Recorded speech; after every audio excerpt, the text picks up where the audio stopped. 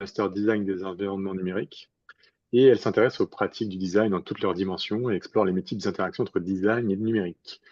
Et donc, sa présentation s'intitule Algorithme contre interaction, la revanche de l'intelligence artificielle sur le design numérique. Voilà. Merci beaucoup. Est-ce que vous m'entendez bien? Donc, c'est bien. Très bien, très très bien. Ok, impeccable. Je vais juste me timer pour être sûr de ne pas faire n'importe quoi. Oui, je me suis permis de rajouter le numérique puisque en fait j'aurais même dû être encore plus précise. J'aurais dû mettre UX, UI ou design d'interaction puisque c'est surtout de ça dont il va s'agir. Mais bon, je reviens au début. Merci beaucoup pour l'invitation. Je suis ravie de pouvoir partager ce travail-là avec vous. Et donc effectivement, on sera peut-être sur quelque chose d'un peu différent de ce qui a été présenté ce matin, je pense dans la continuité. Mais je vais vous proposer plutôt un regard historique et théorique, critique, sur le rapport entre design, donc UX, UI pour aller très vite, et l'intelligence artificielle. Et donc, bah, effectivement, j'ai déjà été présentée, mais voilà, à la base, je suis designer d'interaction, aujourd'hui maîtresse de conférences en design à l'Université de Strasbourg, co-responsable du master design des environnements numériques, spécialisée du coup UX, UI. Mais là, il faut tout de suite que je mentionne, ce que je n'ai pas fait dans mes slides, qu'une partie de ma formation, donc même si j'étais formée en tant que designer produit à la base, dans une école, donc l'école Boulle, ensuite, j'ai fait ma thèse dans un laboratoire de recherche en IHM, interaction humain-machine. Et vous allez voir, une bonne partie de ce dont je vais parler aujourd'hui, c'est d'IA et d'interaction humain-machine. Je fais partie de deux groupes de recherche que je mentionne très rapidement. Culture visuelle au sein de l'Université de Strasbourg. Et puis un autre projet, et ça on en reparlera un petit peu plus, puisque ça oriente aussi beaucoup la manière dont je perçois aujourd'hui les questions autour de l'intelligence artificielle. C'est un projet de recherche qui s'appelle Limite numérique, où on s'intéresse au rapport entre les choix de design et l'empreinte environnementale du numérique. Et évidemment, l'IA est un énorme problème dans sur ces questions-là.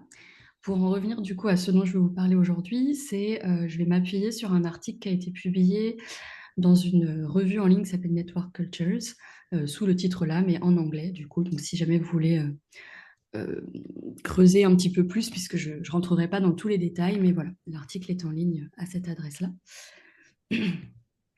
Et donc, c'est parti d'un constat, c'est un article que j'ai écrit il y a déjà plus d'un an, sur pourquoi est-ce qu'on est aussi fasciné par l'IA, pourquoi on lui prête un pouvoir aussi énorme, et pourquoi, de l'autre côté, et là ça va rejoindre un constat qui a été fait très très juste par Anthony tout à l'heure, pourquoi, de l'autre côté, le pouvoir des interfaces et des interactions est pour le coup aussi peu discuté médiatiquement dans nos cercles, évidemment, enfin dans mes cercles à moi, évidemment, on en discute, mais c'est quelque chose qui est très peu médiatisé. Donc voilà, pourquoi il y a un tel écart? C'est quelque chose qui peut m'interroger. Le deuxième constat, et là donc c'est vraiment exactement ce qu'a dit Anthony tout à l'heure, c'est que dans les années 90-2000, on a eu énormément d'innovations. Ça a été très très riche, tout ce qu'on a développé en termes de design d'interaction, puisqu'on a eu l'arrivée des téléphones portables, notamment avec l'iPhone en 2007, mais aussi plus largement l'arrivée de choses qui ont un peu disparu, mais il y avait le Motion Leap qui permettait de faire des interfaces tactiles, enfin voilà, pardon, euh, gestuelle. Il y a eu énormément d'innovations à cette époque-là. Et puis, allez, à partir des années 2010 et encore plus aujourd'hui, eh bien, on a eu une stagnation presque complète, au contraire, plutôt une homogénéisation, une standardisation du design d'interface et d'interaction, avec finalement très peu de choses nouvelles et intéressantes. Alors, je caricature évidemment, hein, mais quand même globalement, assez peu de nouveautés. Et en parallèle, ce mouvement de ce que j'ai appelé, ce que j'appelle ici retour en grâce de l'IA, puisque ça a déjà été mentionné ce matin, mais je reviendrai largement dessus. L'IA, c'est loin d'être un champ nouveau. Et mon hypothèse que j'aimerais vous partager ici, c'est que c'est pas un simple hasard. Il y a évidemment d'autres raisons. Hein. C'est pas juste parce que l'IA est revenue en grâce que finalement on fait peu de choses du côté design d'interaction, mais il me semble que ça y participe beaucoup. Et je vais vous montrer qu'à mon sens, ça pose tout un tas de problèmes. Alors, peut-être la partie principale de mon intervention, elle va consistait à revenir sur la jeunesse de donc, ces deux champs de recherche que sont l'intelligence artificielle et l'interaction humain-machine, qui se trouvent être en fait deux visions de l'informatique en concurrence dès les origines de l'informatique. Je ne vais pas tout développer, mais vous pouvez par exemple aller creuser via cet article de Jonathan Grudin, qui est un historien de ces deux champs, en fait. Enfin, un chercheur, mais qui a aussi travaillé l'histoire de ces deux champs, et qui a écrit justement dès 2009 un article qui s'appelait IA et IHM, donc intelligence artificielle et interaction de la machine, deux champs divisés, alors qu'ils sont censés avoir ils sont censés être intéressés à la même chose. Et ce qu'il dit dedans, et ce que je trouve assez juste, c'est qu'en fait, l'IHM, les moments où elle a prospéré, c'est vraiment lors des hivers de l'IA. Et il me semble que le constat que je vous montrais tout à l'heure, ça s'intéresse. C'était vraiment dans ce cadre-là, c'est-à-dire que les années 90, début 2000 ont été plutôt des années une sorte d'hiver de l'IA. Et à l'inverse, donc du coup, à un moment extrêmement prolifique du côté du design d'interaction. Donc lui, il remarque ça, qu'en fait, qu'il y a un mouvement de balancier. Que c'est plutôt mené par l'IA, c'est-à-dire c'est en fonction de la hype autour de l'IA ou au contraire du retour de bâton et des hivers de l'IA que se développe ou au contraire que stagne l'IHM. On peut comprendre comment ça s'articule dès les débuts quand on lit par exemple ce bouquin de Thierry Bardini, qui est un historien notamment de l'IHM justement, et qui a beaucoup travaillé autour des travaux de Douglas Engelbart, qu'il a interviewé pour revenir sur tous ses travaux. Alors Douglas Engelbart, pardon, il faut peut-être que je précise, c'est un pionnier très important dans l'histoire des interfaces. C'est par exemple la personne qui a, avec son équipe, développé la souris, qui a développé tout un tas d'innovations techniques et interactives extrêmement intéressantes. Dans une démo qui est restée très célèbre, qu'on appelle la mère de toutes les démos, il présentait par exemple la possibilité de faire du Figma, je sais pas, ou du Google Drive, où en fait plusieurs personnes pouvaient venir interagir sur un même document. Donc ça, dans les années 60, il a fallu beaucoup plus longtemps pour que ça se démocratise. Donc voilà, c'est quelqu'un de très important et qui a beaucoup façonné la manière de penser, l'idéologie, on va le dire comme ça, avec des gros mots, de l'IHM. Et il se trouve que quand on remonte, en fait, à ce moment-là, c'était plutôt là aussi la pensée de l'IA qui était dominante. Et lui est venu proposer quelque chose d'alternatif et qui venait en confrontation directe avec la vision développée par les promoteurs de l'IA. Donc Thierry Bardini nous dit son intérêt pour augmenter l'intellect de l'utilisateur plutôt que celui de l'ordinateur, comme ce que voulaient faire les pionniers de l'IA, n'a jamais vraiment été reconnu au sein de la communauté, ce qui explique aussi pourquoi il y a eu une deuxième communauté de chercheurs qui s'est formée. Pour le dire autrement, là c'est plutôt mes termes, mais je paraphrase, en gros, si on caricature, les chercheurs en IA, ils cherchent à augmenter l'intelligence de l'ordinateur, c'est dans le terme lui-même, mais c'est vraiment ce que nous dit Douglas Engelbart aussi, hein. Alors qu'Engelbart, lui, il se disait non, c'est pas du tout ça qu'on veut faire. On veut au contraire chercher à augmenter l'intellect des êtres humains. On ne veut pas venir avoir justement des robots humanoïdes à côté de nous, ça ne nous intéresse pas. Ce qu'on veut, c'est être nous plus intelligents, pouvoir faire plus de choses. Et ça, donc, à cette époque-là, on a ces deux visions très concurrentes, et y compris en France. Là, je vous renvoie plutôt à une thèse qui a été écrite par Benjamin Thierry, qui est passionnante, qui revient sur les tout débuts, justement, de l'informatique en France et de l'invention de l'interactivité graphique, donc du design d'interaction.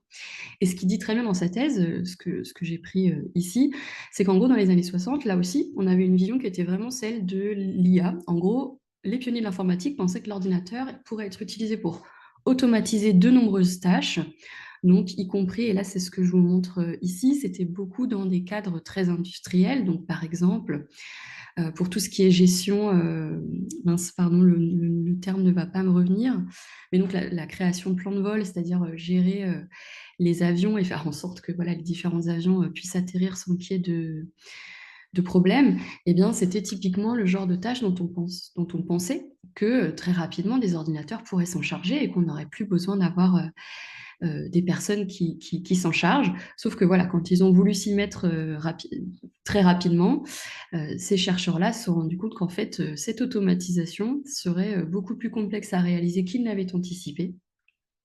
Et donc, ils ont développé notamment ce qu'on voit ici, une des premières interfaces référencées par Benjamin Thierry, c'est le Digitatron. Alors, j'adore le terme, voilà, mais qui est plutôt une interface de support qui arrive plus tardivement.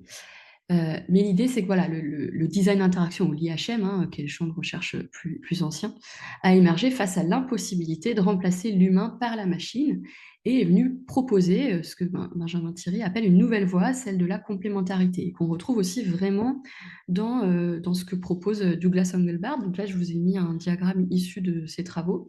Donc, il propose des capacités augmentées de l'humain qui viennent, vous le voyez à gauche, il y a tout ce qu'on a nous-mêmes, des organisations, des procédures, ainsi de suite. Et puis à droite, tout ce que permet des outils, systèmes. Bon, là, il faut comprendre ordinateur pour ce qui nous concerne à nous. Et voilà, ça va venir se rencontrer et faire des humains augmentés. Ce qui était vraiment l'idée. Sauf que si on fait un bond dans le temps, il me semble qu'aujourd'hui, ce projet idéologique fondamental de l'IA des origines, en fait, il est encore très présent. Quand vous regardez les discours autour des applications à base d'IA, des PDG dans ce domaine-là, vous le voyez partout. Cette idée de, en fait, l'IA, elle va venir nous épargner des tâches. Elle va venir là, je vous ai pris un exemple. Si vous allez sur Wikipédia, alors je ne sais pas si la page a changé entre-temps, mais sur thermostat intelligent, par exemple, il nous est expliqué que afin d'atténuer des problèmes d'erreur humaine liés au thermostat programmable, alors pardon, je vais juste bouger pour pouvoir lire, le thermostat intelligent utilise un capteur qui détermine les habitudes d'occupation pour modifier automatiquement, donc le automatique est très important, la température en fonction des habitudes et des comportements des occupants. Et donc, voilà, on voit tout de suite que là, en fait, le problème, c'est l'humain. Et qu'en fait, voilà, on ne peut pas faire confiance aux humains, ils font trop d'erreurs et que le rêve, c'est de faire à leur place, en fait, puisqu'on va réussir à le faire mieux. En l'occurrence, ici, par exemple, via Nest, on va être plus écologique puisqu'on va mieux adapter les choses par rapport à ce que des humains eux-mêmes seraient capables de faire. Et ça, c'est si vous prêtez attention, en fait, ça revient très souvent, ces discours-là, euh, qui sont évidemment des discours marketing qui n'ont finalement très peu de prise avec la réalité, puisque la réalité, elle est beaucoup plus proche de celle de cette impossibilité de remplacer les humains dont on a déjà un petit peu parlé ce matin. Un autre exemple, une entreprise, là aussi, je ne sais pas si elle existe encore, mais allez sur n'importe quel site de start-up et vous verrez à base d'IA et vous reverrez popper entre guillemets ce type d'argument. Ici, l'idée c'est de dire dans le discours marketing que le temps des recruteurs, il n'est plus perdu sur des mauvaises candidatures, mais qu'au contraire, on va leur permettre de se focaliser sur ce qui est le plus important. Voilà, et donc d'être plus rapide et de laisser les tâches les plus intéressantes. Sauf que, évidemment, si on creuse ça, ça pose énormément de problèmes. Par exemple, voilà, l'argument récurrent du discours marketing, qui est celui de l'économie de temps, pose la question de alors où est-ce que se situe la frontière entre ce qu'on ne fait plus, entre guillemets, ce qu'on automatise, et puis les tâches qui méritent quand même d'être faites par des humains. Et là, je vous ai pris un des exemples, mais il y en a là aussi beaucoup qui sont sortis. Par exemple, Google, je crois, a été vraiment très, très maladroit cet été dans cette publicité dans laquelle il faisait une pub donc, pour Gemini, où leur cas d'usage, c'était voilà, aide ma fille à écrire une lettre à une athlète olympique.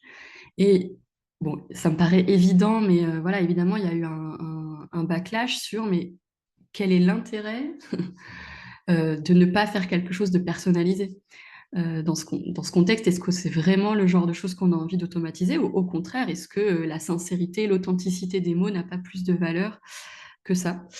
Voilà, comme le dit le sous-titre ici de The Verge, Maybe writing a heartfelt letter to your heroes isn't supposed to be easy. C'est voilà, c'est peut-être pas le genre de choses qu'on veut faciliter, ou en tout cas, c'est peut-être pas les choses les plus déplaisantes ou ingrates. Donc ça pose vraiment quand même cette question de manière très forte. Ici, j'aimerais renvoyer à un livre qui est extrêmement intéressant, qui est écrit par un philosophe qui s'appelle Pierre Cassanouguet, sorti en 2022. Je serais curieuse de savoir comment il voit maintenant ce qu'il a écrit dans ce livre à l'aune de ce qui s'est passé avec l'arrivée l'inondation des IA génératives. Mais ce qu'il montre dans ce livre, c'est que plutôt que ce fantasme dystopique des machines qui vont nous renverser, il montre au contraire plutôt la manière dont on fait face à une bienveillance des machines, c'est-à-dire une certaine propension des machines à nous surveiller pour notre bien. Et que dans ce contexte, en fait, elle vient médier notre perception, orienter des choix, mais parce que en fait, ces choix sont faits à partir de collecte de données, euh, ils nous semblent venir de nous et sont potentiellement plus insidieux que les visions extrêmement dystopiques à la 1984, par exemple, où on aurait quelque chose du type Big Brother qui nous dit ce qu'il faut penser. Et bien là, c'est beaucoup plus pernicieux, puisqu'en fait, voilà, ce sont des choses qui semblent venir de nous et qui sont retravaillées pour notre bien. Je ne rentre pas dans le détail, le livre est extrêmement riche. Si vous avez envie de creuser cette question-là, qui, je pense, n'est pas explicitement liée à l'IA, c'est-à-dire que c'est quelque chose que lui, il envisage de manière plus large, mais qui est très présent dans l'IA également. Et donc, tout ça m'amène à dire que pour moi, le projet, l'idéal de l'IA, encore une fois, dans sa vision fantasmée, idéalisée par les patrons de la tech ou même les patrons des entreprises d'IA, c'est un petit peu la mort du design d'interaction. Parce que par définition, si tout est automatisé, alors il n'y a plus d'action à effectuer, il n'y a plus aucune interaction nécessaire. Encore une fois, si on reprend l'exemple de Nest tout à l'heure, ce que je vous mettais, c'est vraiment ça. L'objectif, c'est qu'il n'y ait plus d'interaction, que tout soit fait automatiquement en fonction de données qui sont perçues. Donc l'expérience personnalisée ultime, c'est celle qui vous facilite la vie en la résolvant par anticipation. Et dans ce contexte, toute interaction entre les personnes et les ordinateurs peut être perçu comme un échec ou un défaut d'anticipation. Ce qui, voilà, je pense, participe à expliquer pourquoi on a finalement aussi peu d'intérêt, ou en tout cas d'envie d'explorer de nouvelles manières de faire du design d'interaction aujourd'hui.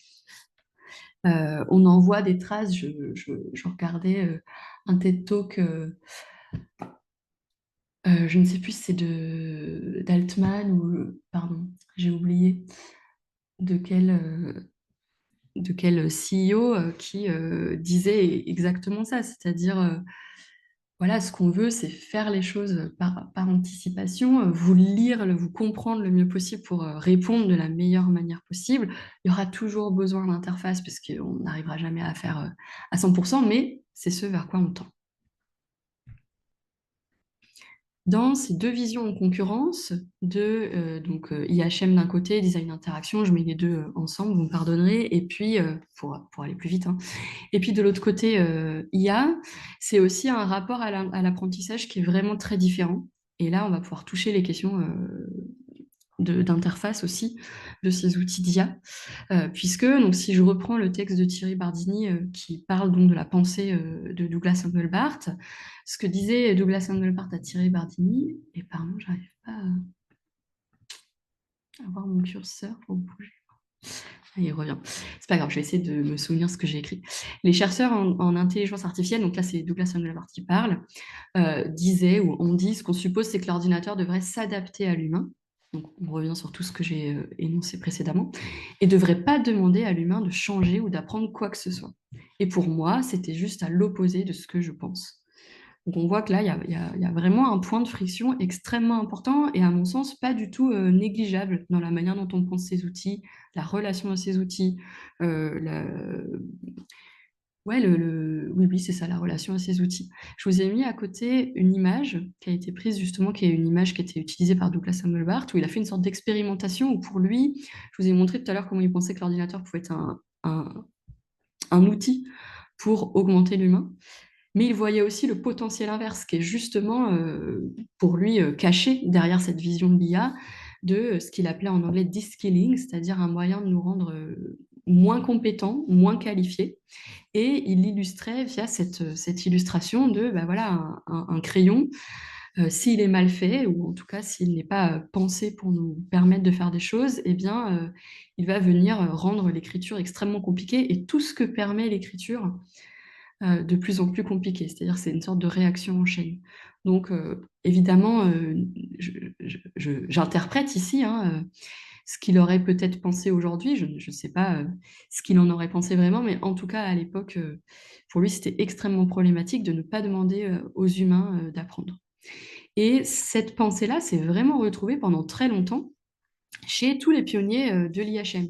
Là, je vous mets une pub qui est une pub pour Apple, Vous connaissez peut-être, ou peut-être pas, hein, mais le fait que Steve Jobs parlait d'un vélo pour l'esprit, c'est vraiment ça, c'est-à-dire c'est un moyen d'aller plus vite, de nous augmenter.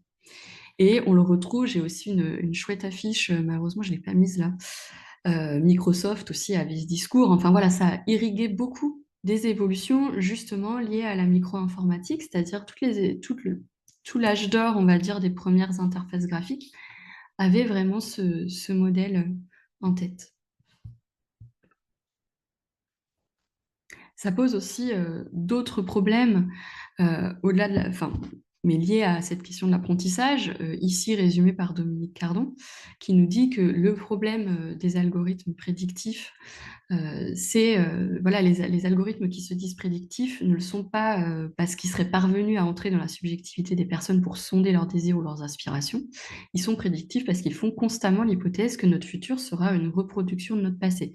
Et ça, c'est clairement une des limitations qui est souvent pointée des IA génératives, mais pas seulement, aujourd'hui.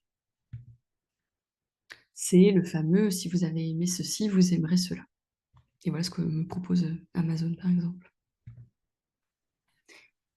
Donc, au-delà de cette problématique vraiment importante pour moi en tant que designer d'interaction, il me semble que l'IA, elle vient aussi camoufler aujourd'hui à quel point elle a toujours besoin des interfaces, même si elle feint de l'ignorer. C'est-à-dire qu'il y a beaucoup de choses, et j'en reviens à mon constat originel, qu'on prête à l'IA et qui me semblent être plutôt des choses liées à l'interface. Je vais essayer de vous le montrer.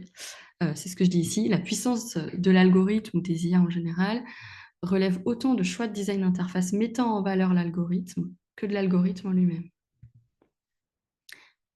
Parce qu'aujourd'hui, l'IA, elle est toujours médiée par les interfaces. Et là, j'aimerais me permettre de faire un commentaire peut-être par rapport à ce qui a été dit tout à l'heure.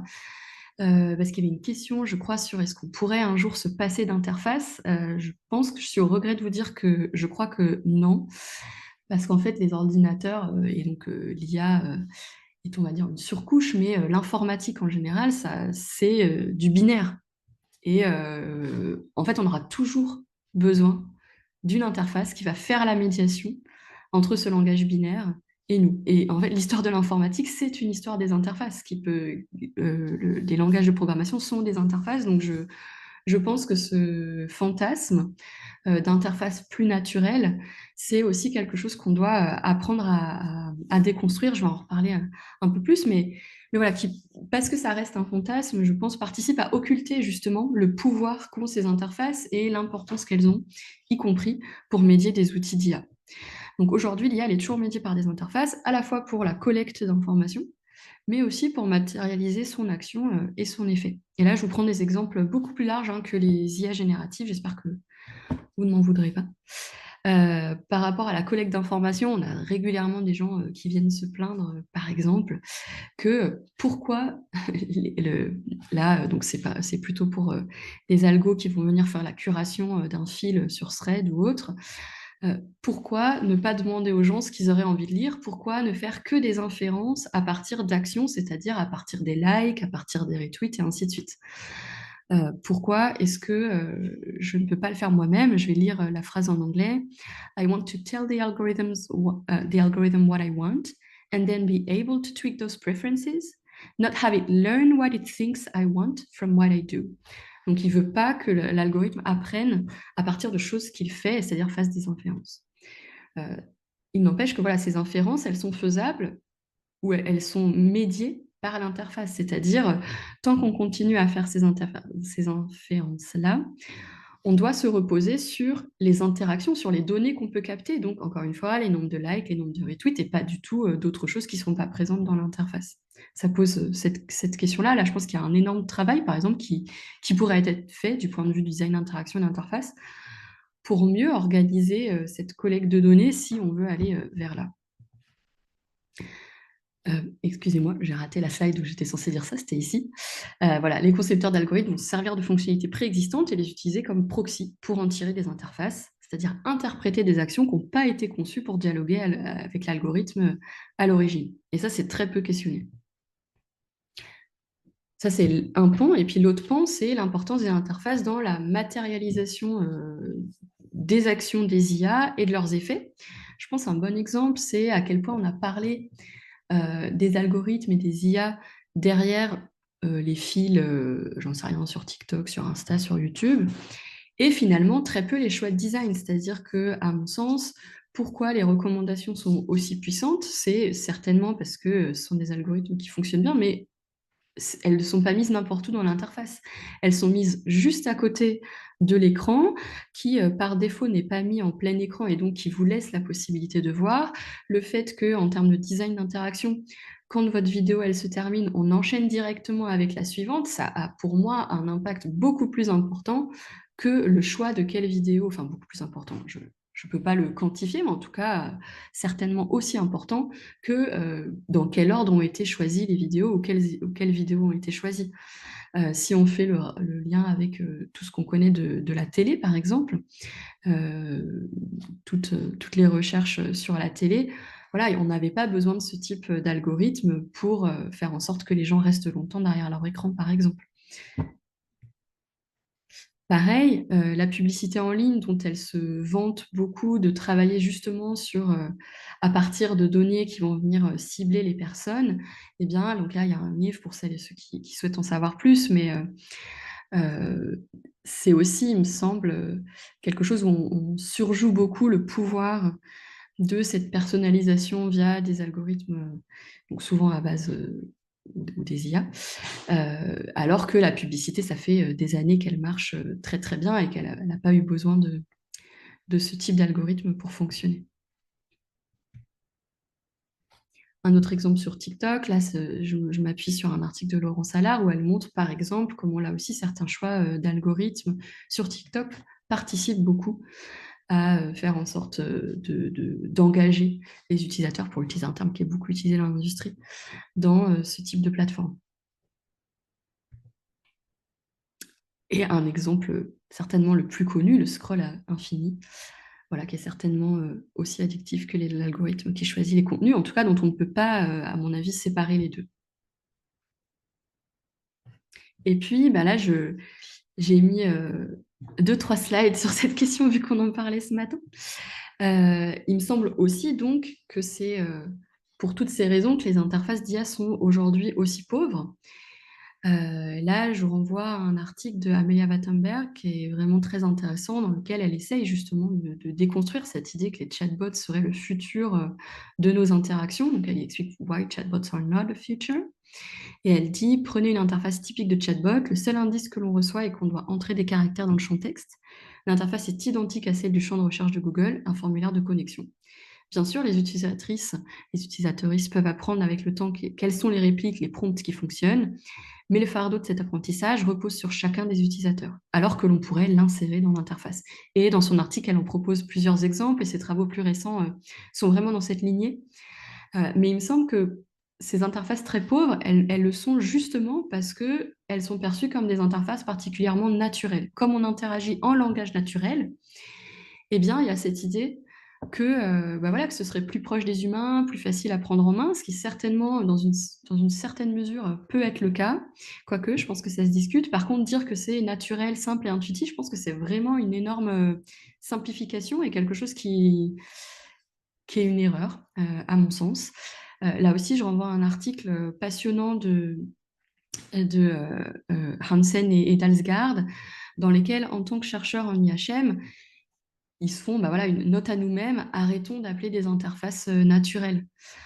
Et eux, donc c'est un article qui est paru en 2015, donc avant la vague des IA, mais même avant ça, et je pense que là, l'extrait que je vous ai mis, on va pouvoir on peut juste remplacer micro-gestes par euh, langage naturel, mais ça fonctionne. Ils disent, nous avons besoin d'apprendre comment faire des micro-gestes qui peuvent être détectés avec un niveau de précision acceptable par le Motion Leap. Nous avons besoin d'apprendre à parler de manière monotone et avec une voix robotique pour réduire les erreurs de reconnaissance vocale. Pour résumer, nous avons besoin d'apprendre à utiliser notre corps comme instrument de nouvelles manières pour s'adapter aux interfaces naturelles. Ainsi, l'argument d'un abandon des instruments et celui de ne pas avoir besoin d'apprendre ne tiennent pas.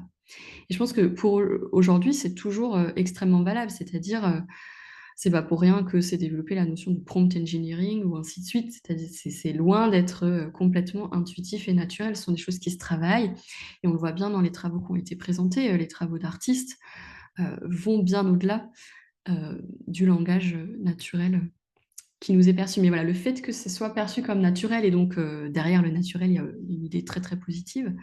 Ça explique aussi, je pense, en partie pourquoi il y a eu un tel retard, donc en plus de l'idéologie que je vous ai énoncée plus tôt, mais ça participe à faire qu'il y a eu, qu'on ait, à mon sens, eu autant de retard pour travailler les interfaces de l'IA. Et là, je voulais remettre voilà, dans cette optique-là, par exemple, ce qu'en pensait Alan Kay, qui est un autre pionnier très important de l'histoire des interactions humain-machine, qui a beaucoup œuvré justement à faire des interfaces graphiques. Et lui, il disait, encore une fois, sur l'importance de l'apprentissage, we have to realize that most things that need to be done with students are not particularly user-friendly. They require work on the student's part. Like when they're learning to ride a bike, it's not easy. Think how many students might reject a bike today if it were a new product because it's hard to learn. Today, computer systems are rejected unless they are easy to learn. But with young students, it's absolutely important to challenge them. Voilà, lui aussi, pour lui, c'était vraiment très problématique de vouloir aller vers cette facilité à aller vers de la simplification sans penser tout ce qu'on peut gagner à avoir, par exemple, des interfaces qui vont aller du plus simple au plus compliqué. Il avait cette phrase où, pour lui, il fallait que les choses simples soient faciles, mais que les choses complexes soient possibles. Et il me semble que là aussi, il y a beaucoup de choses qu'on pourrait faire. Autre problème pour moi, il faut que je pense à arriver au bout, c'est que, à mon sens, le design, et donc là j'entends plus particulièrement design d'interaction, design UX UI, a adopté la logique de l'IA, ce discours idéologique, et c'est donc, à mon sens, tirer une balle dans le pied, et ce qui là aussi participe à expliquer pourquoi on a aussi peu d'innovation ou de choses intéressantes actuellement. Je le vois notamment dans le paradoxe entre la personnalisation ultime promise par les algorithmes et par l'IA, d'un côté, et l'homogénéisation universalisante des interfaces qui s'est imposée ces dernières années. Parce que quand toutes les interfaces et toutes les interactions se ressemblent, ça veut dire qu'en fait, la seule différenciation qu'il peut y avoir entre différents produits, elle doit se faire du côté des algos, du côté des IA qui sont mis en jeu, et elles viennent dénier au design la possibilité d'être un vecteur d'expérimentation, de création de valeur. Voilà, quand vous lancez une nouvelle appli, quand vous lancez un nouveau produit, finalement, quand vous reprenez les mêmes interactions, les mêmes interfaces que tous les autres, eh bien, voilà, vous ne pouvez plus vous différencier par le design, ce qui est extrêmement problématique à mon sens, ou en tout cas, on se tire une balle dans le pied en tant que champ disciplinaire. Et puis derrière, en fait, ça a aussi servi, et ça sert toujours à camoufler un manque de travail sur le design, c'est-à-dire, là je vous ai pris là aussi un tweet qui s'en plaint, mais on a beaucoup d'exemples comme ça, avec des interfaces extrêmement dysfonctionnelles, mais pour des questions d'architecture de l'information, pour des questions graphiques, pour tout un tas de questions qui sont vraiment liées à du design d'interface et d'interaction. Et en fait, plutôt que de résoudre ces problèmes-là, on va venir mettre un chatbot en espérant que du coup ça va aider les personnes à trouver ce qu'elles cherchent, alors que c'est juste qu'en fait voilà, votre architecture de l'information elle est mal faite. Et donc on vient mettre, à mon avis, des rustines sur des jambes de bois. Donc je m'excuse, j'ai pas fait un constat extrêmement heureux, mais je pense qu'il y en a d'autres parmi les présentations qui se chargeront de montrer tout ce qui peut être positif. On l'a déjà vu ce matin.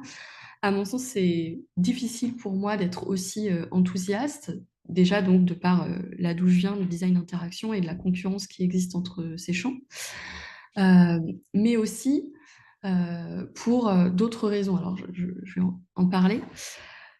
Il y a un peu deux facettes en moi. Il y a la chercheuse en outils du design, qui est ce que je fais originellement, qui, voilà, pense qu'aujourd'hui, on a vraiment dépassé ce cap des interfaces conversationnelles, et on se rend vraiment compte, et c'est ce qui a été dit ce matin, hein, que c'était là où probablement vont se jouer les choses dans les prochaines années. Et on voit des exemples très intéressants. Est-ce qu'elle marche? Ouais, voilà, ça c'est juste un tweet que j'ai repéré hier sur Artbreeder. Vous avez ce type de possibilités. Il y en a vraiment tous les 4 matins, j'en répertorie régulièrement. Quoique, je vous avoue que je ne suis pas avec une grande attention ce champ-là, et encore une fois, je vais donner mes raisons après.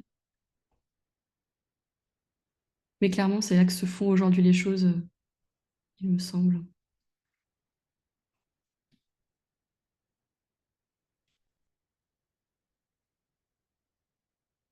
Donc là, avec l'idée, c'est passé un peu vite au début, j'espère que vous l'avez compris, l'idée c'est de venir euh, hybrider, je ne sais pas si je traduis très bien breeder, mais venir hybrider différentes sources et travailler ensuite sur chacune d'entre elles.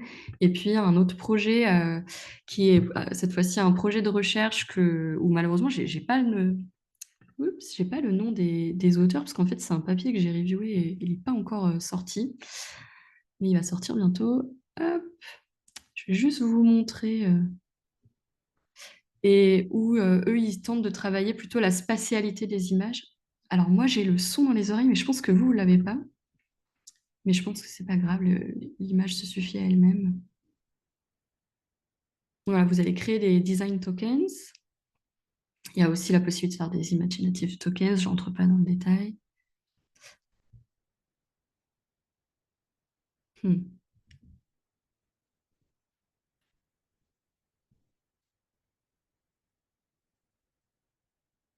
Alors, pardon, là, je pense qu'ils expliquent les choses. Il faut que je remette, voilà, la démo. C'est ça que je voulais vous montrer.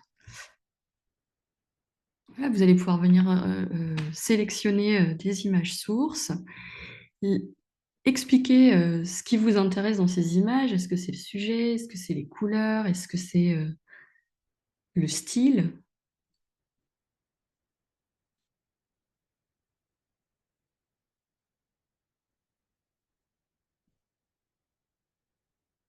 Et puis ensuite, vous allez pouvoir venir composer votre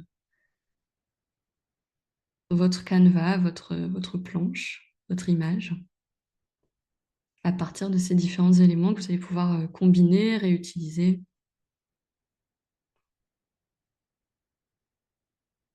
Voilà, je pense que c'est un exemple intéressant parce qu'il montre que là, on revient vraiment sur des fondamentaux du design d'interaction que sont la manipulation directe, c'est-à-dire la possibilité, par exemple, voilà, de vraiment positionner où est-ce que je veux que tel élément apparaisse dans l'image, ce qui paraît vraiment très important, ce qui est un peu la base des logiciels de PAO, par exemple.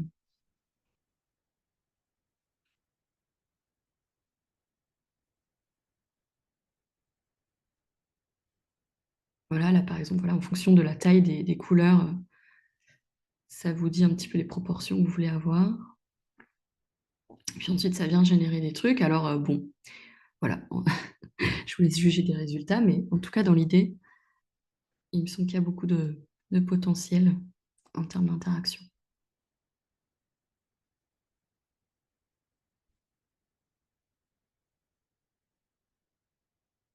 Parce que là, typiquement, voilà, expliquer tous ces éléments-là, c'est-à-dire où sont placées les choses, quelle taille elles ont, comment elles sont positionnées de manière relative, et ben, en fait, c'est beaucoup plus efficace de le faire par la manipulation directe que de le faire par le prompt.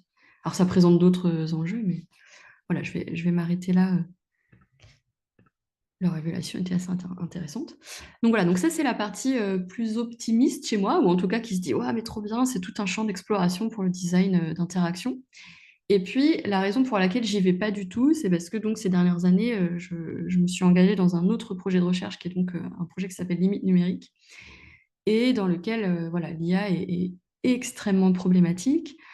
Alors à la fois pour ce qui a été mentionné ce matin, et je pense que ça c'est important, c'est-à-dire être capable de calculer l'impact à chaque fois qu'on fait, à chaque fois qu'on prompte une IA, par exemple, ce que ça a comme impact carbone, ok, pourquoi pas, c'est important.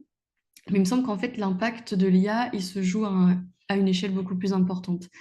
Et donc là, j'aimerais vous présenter un modèle théorique très rapidement, j'espère que vous m'en voudrez pas, qui est un modèle théorique qui essaye d'expliquer les effets indirects, c'est-à-dire l'IA, c'est pas une technologie qui est problématique véritablement dans ses effets directs. Oui, certes, ça consomme plus de faire une recherche via IA que de faire une recherche traditionnelle via Google.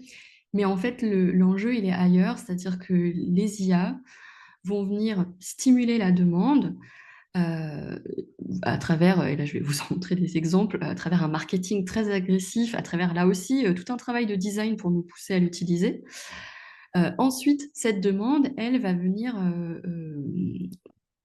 accroître les infrastructures numériques. C'est-à-dire qu'aujourd'hui, ce qu'on se rend compte, c'est que pour faire tourner des IA, euh, déjà, il faut elles ne tournent aujourd'hui, la plupart, enfin, celles grand public, voire même la plupart de celles qui sont à l'œuvre aujourd'hui ne tournent pas sur des machines individuelles, mais au contraire ont besoin d'être dans des data centers. Et donc, ces fermes de serveurs, ces data centers, le terme m'échappe en français, pardon. En fait, pardon, la manière dont ils ont été conçus historiquement ne correspond pas à ce qu'il nous faut pour faire tourner de l'IA. Autrement dit, il nous faut de nouvelles puces. Et donc, en fait, l'IA, elle va forcer à venir non seulement construire des nouveaux data centers, mais aussi va rendre obsolète tout un tas de data centers qu'on avait jusqu'à présent. Et ça, ensuite, ça va certainement permettre de nouveaux services qui vont ensuite accroître la demande. Et en fait, on a comme ça une problématique qui n'est pas celle de l'usage individuel, mais qui est vraiment celui de... Bah, on a aujourd'hui, par exemple, des vendeurs d'appareils numériques qui vous vantent le fait qu'ils ont de l'IA à l'intérieur. Donc, c'est aussi un facteur d'obsolescence de l'ancien matériel, ce qui a des impacts écologiques absolument dramatiques et plus importants que les impacts liés à la simple consommation. Et donc là, on est vraiment dedans. Par exemple, il y a encore 2, 3 ans, Google, Microsoft mettaient beaucoup l'accent sur comment ils allaient essayer d'être carbon neutral. Donc, évidemment, c'était du marketing déjà, mais n'empêche qu'ils ils tentaient d'y aller. Clairement, ils sont tous revenus dessus. Personne aujourd'hui n'ose encore l'affirmer avec le fait qu'en parallèle, ils sont en train d'exploser leur consommation et donc la construction d'infrastructures. Donc c'est absolument terrible pour moi ce qui est en train de se passer de ce point de vue-là, ce qui explique pourquoi, à titre personnel, je pense qu'on devrait plutôt aller vers un refus de de ces IA. Pas forcément dans tous les domaines, mais en tout cas, j'avoue que par rapport aux discours qui ont été tenus ce matin, même si je comprends l'idée que oui, certainement, il y a cette idée de concurrence entre travailleurs et que ceux qui l'utiliseront seront en avance sur ceux qui ne l'utiliseront pas. Il me semble que c'est aussi un discours qui sert à légitimiser ces pratiques-là et qu'on a aussi intérêt, je pense, à ne pas complètement tomber dedans ou en tout cas y résister dans une certaine mesure. Si je fais le parallèle avec ce qui s'est passé avec la PAO, qui a été un autre grand moment de chamboulement pour le design graphique ne s'est jamais complètement remis en tant que profession de l'arrivée de la PAO, c'est-à-dire qu'on n'a plus du tout les mêmes niveaux de salaire, les mêmes prestiges de la profession par rapport à ce qui pouvait exister pré-PAO. Ça ne veut pas dire que ça a disparu, mais clairement, aujourd'hui, c'est plus difficile d'en vivre. Et voilà, je vous avoue que pour l'instant, j'ai peur qu'on soit plutôt sur ce modèle-là. Voilà, sur ces paroles, pas du tout. Ah non, pardon, je voulais aussi vous parler. Voilà, sur un autre travail, mais qu'on vient de sortir avec les numériques, on vient d'essayer de décrypter comment les entreprises de la tech, notamment, nous forcent à utiliser l'IA et donc nous entraînent dans ce cycle-là, en prenant de l'espace. Bon, mais je vais arrêter là. Ou voilà, en venant occulter tous les autres travaux qu'on pourrait faire pour améliorer nos interfaces numériques de manière plus générale.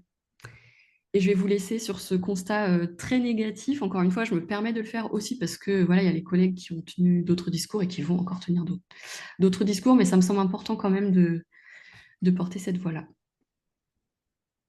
Merci Nolwenn. Comme ce matin, si vous voulez poser des questions, posez-les plutôt dans le chat. Ça évitera qu'il y ait plusieurs micros qui se lancent en même temps. Et je répéterai les questions. On a un peu plus d'un quart d'heure avant la prochaine communication. Je peux arrêter les slides aussi si je veux les lire.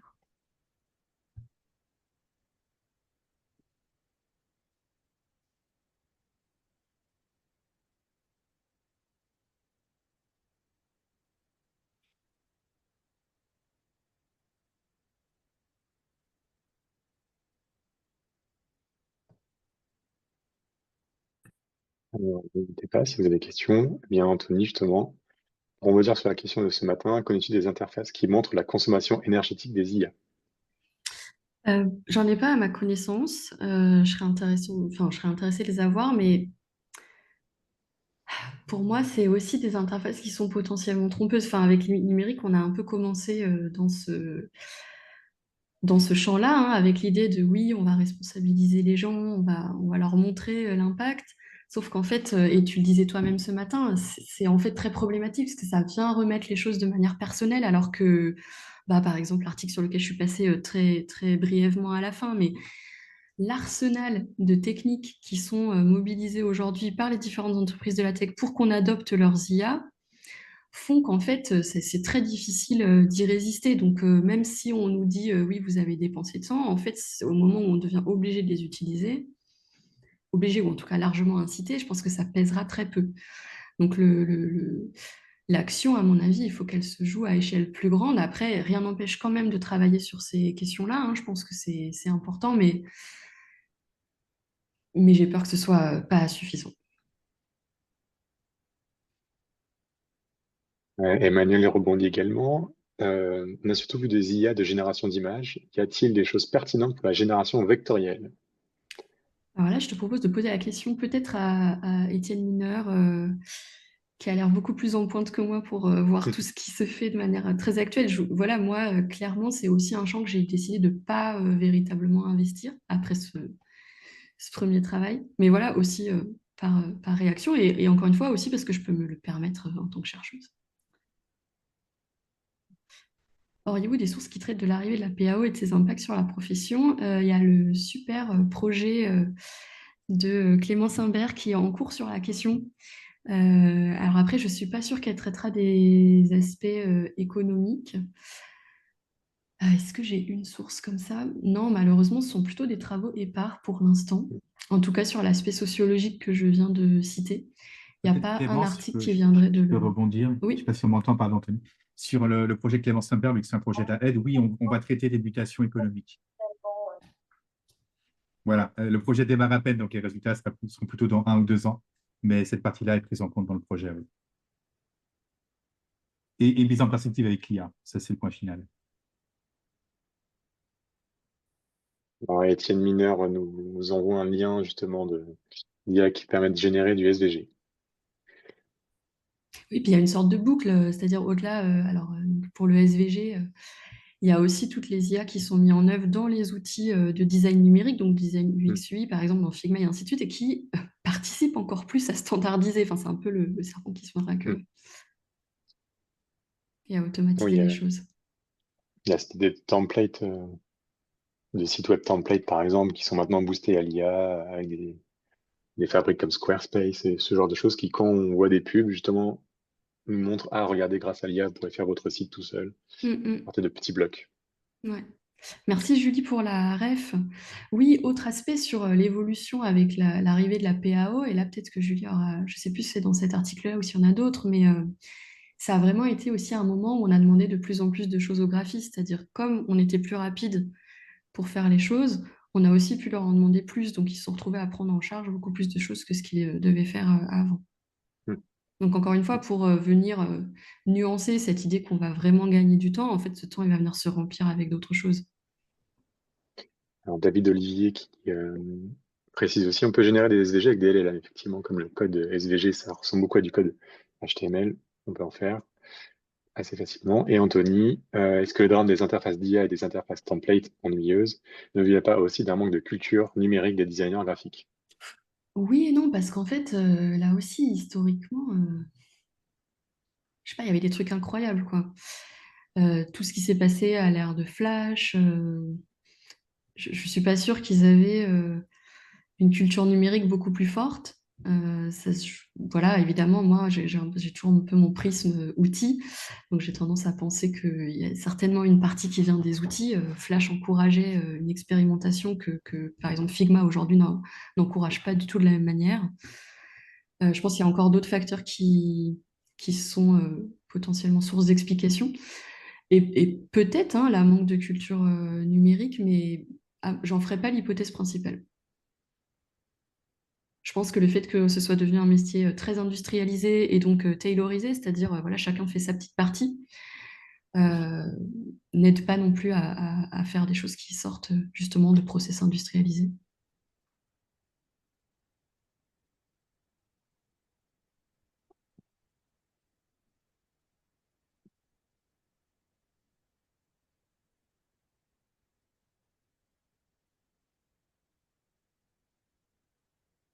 Donc, d'autres questions?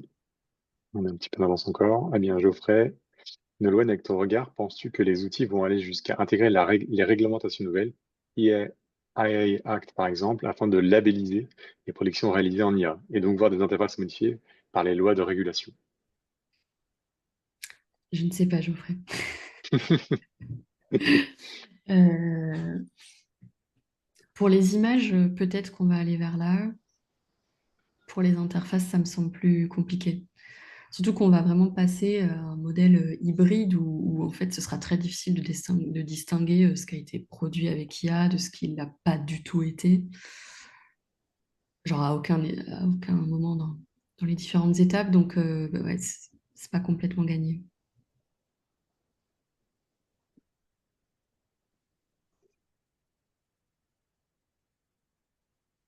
Mm, effectivement. Oui, Anthony réagissait. Ce sont des enjeux de legal design, mais tout reste presque à faire. Ouais. Une autre chose qui, moi, personnellement, m'embête beaucoup, j'en ai pas du tout parlé, mais c'est que c'est aussi vraiment des technologies numériques par rapport à d'autres, dont justement la micro-informatique ou les logiciels de PAO, par exemple, qui sont extrêmement centralisés, euh, avec donc un potentiel d'asservissement beaucoup plus important que ce qui était le cas au début de la PAO. Alors ça se discute aujourd'hui, puisque aujourd'hui, comme tout est en ligne, finalement, même les outils qui ne sont pas à base d'IA peuvent très facilement être interdits dans un pays entier, par exemple, où voilà, il y a des situations de monopole qui vont permettre d'augmenter les prix, ainsi de suite. Enfin, voilà, d'exercer une pression sur les travailleurs qui se servent de ces outils. Mais les outils d'IA, je pense, ils décuplent ça encore, notamment parce que c'est très compliqué de rentrer sur ce terrain-là. C'est une poignée d'acteurs qui peuvent se le permettre. Et même si j'aimerais beaucoup qu'on arrive vers des IA plus petites, quoique, encore une fois, je ne sais pas si c'est vers là qu'on veut aller, mais admettons, en tout cas, ce serait mieux que celle qu'on connaît. C'est presque un retour à l'informatique des mainframes, quoi. Justement, l'informatique pré-interface graphique, voilà, ce qui, je pense, aussi pose problème. On n'a pas parlé aussi des enjeux géopolitiques, ou aussi, pardon, ils ont été évoqués tout à l'heure un petit peu, mais trop rapidement peut-être. Je pense que ça peut poser des problèmes assez importants dans les années à venir aussi. Voilà, beaucoup d'enjeux.